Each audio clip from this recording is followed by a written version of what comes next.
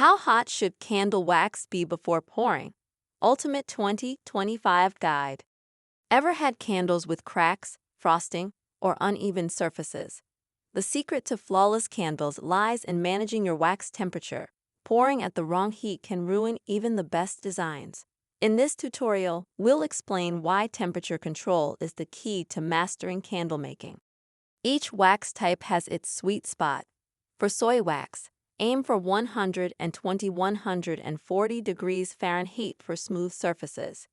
Beeswax works best at 155–175 degrees Fahrenheit, while paraffin performs beautifully at 130–160 degrees Fahrenheit. Always monitor with a reliable thermometer to prevent overheating, ensuring vibrant colors, consistent textures, and even burns. Avoid pouring wax that's too hot. It can cause sinkholes or discoloration. If too cold, your candles might have uneven textures or cracks. Patience is vital.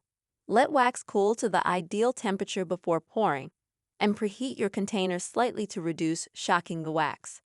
Stir thoroughly to mix dye or fragrance oils evenly while ensuring they're added at the right temperature. For stronger scents, integrate fragrance oil around 180 degrees Fahrenheit before cooling. Test and tweak based on your environment. Humidity and room temperature can also affect results. Now that you know how critical wax temperature is, it's time to create perfect, professional-looking candles every time. Experiment with these tips and share your results. Subscribe for more expert tutorials, and don't forget to leave your questions or tips in the comments below. Let's pour perfection together.